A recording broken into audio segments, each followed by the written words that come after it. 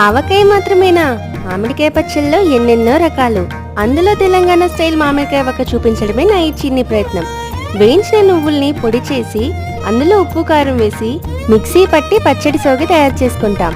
ఇందులో వేయించి పొడి చేసుకున్న ఆవ పొడి, ధనియాల పొడి, మెంతి పొడి, జీలకర్ర పొడి వేసి తగినన్ని ఎల్లిపాయలను జోడించి పక్కన పెట్టుకుంటాం. పల్లీల నూనెలో ఆవాలు, జీలకర్ర, ధనియాలు, మిరిపిత్తులు, కచ్చపచ్చగా దంచుకున్న వెల్లుల్లి వేసి కమ్మగా తాలింపు పెట్టుకుంటాం. అది చల్లారేలోపు మామిడికాయ ముక్కల్ని రెడీ చేసుకుంటాం. పొద్దున నీళ్ళల్లో నానబెట్టిన మామిడికాయలను పచ్చడి పెట్టుకునే ముందు చక్కగా తుడిచి ముక్కలు కొట్టుకొని పచ్చడిలో వేసేయడమే. అంతే, నోరూరించే మామిడికాయ పచ్చడి రెడీ. ఆ తర్వాత మర్తమాన్లో ఎత్తుకొని 3 రోజులకు పచ్చడి బాగా ఊరక సరిపడా ఉప్పు వేసి కలుపుకోవడమే. పచ్చడి ఎత్తాక మర్తమాన్ను పూజించి అమ్మ పెట్టే అన్నం పచ్చడి ముద్ద కమ్మగా ఆస్వాదిస్తాం. Please to subscribe.